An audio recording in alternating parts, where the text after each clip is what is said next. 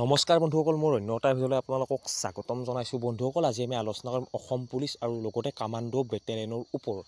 যিহেতু আপোনালোকে ইতিমধ্যে গমে পাইছে, আজিৰ পৰা প্ৰায় 3 দিন আগতে আমাৰ CM ছাৰে এটা ঘোষণা কৰিছিল। সেই ঘোষণাটোত তেওঁ উল্লেখ কৰিছিল যে আপোনালোকৰ 30,000 নতুনকৈ ভেকেঞ্চি, লগতে অসম পুলিচত 3টা বেটেলিয়ন গঠন কৰিম বুলি তেওঁ নিজে উল্লেখ কৰিছে।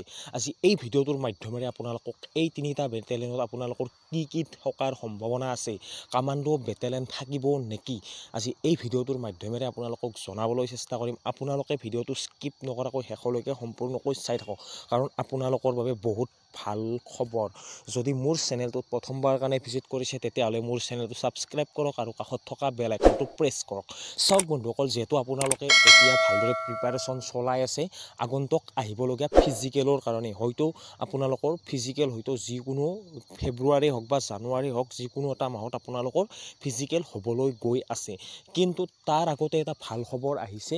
খবৰটো হৈছে এনেকুৱা যে আপোনালোকৰ 2024 চনত 3টা বেটেলিয়ন গঠন কৰিবলৈ গৈ আছে অসম পুলিচত।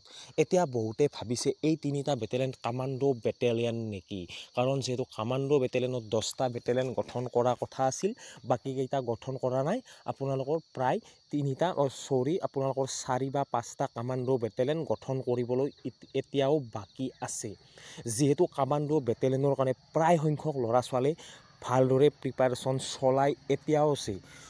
এতিয়া মই আপোনালোকক জনাবলৈ চেষ্টা কৰিম, এই 3টা বেটেলিয়নত আপোনালোকৰ কামাণ্ডো বেটেলিয়ন অহাৰ সম্ভাৱনা আছেনে?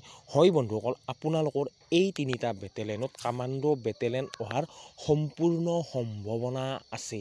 100% আপোনালোকৰ কামাণ্ডো বেটেলিয়ন অহাৰ সম্ভাৱনা এই 3টা বেটেলিয়নত আছে। আৰু যিহেতু CM ছাৰে নিজে উল্লেখ কৰিছে, যিহেতু আগতেও তেওঁ উল্লেখ কৰা যিমানখিনি ৰিক্ৰুটমেণ্টৰ ওপৰত তেওঁ কথা কৈছিল, সেই ৰিক্ৰুটমেণ্টসমূহ তেওঁলোকে আনিছে। আৰু এতিয়া যিটো ৰিক্ৰুটমেণ্টৰ কথা তেওঁ উল্লেখ কৰিছে, আপোনালোকৰ 2024 বৰ্ষত এই ৰিক্ৰুটমেণ্টখিনি আপোনালোকে দেখা পাব বুলি আমি ভাবোঁ। কাৰণ আগত ইলেকশ্যন আছে, ইলেকশ্যনৰ আগত হয়তো এইখিনি ৰিক্ৰুটমেণ্ট আপোনালোকৰ আহিব বুলি আমি ভাবোঁ। আৰু যিহেতু আপোনালোকৰ ফিজিকেলটো হয়তো দেৰি হৈ আছে, ইয়াৰ কাৰণ হৈছে ইলেকশ্যনো হ'ব পাৰে।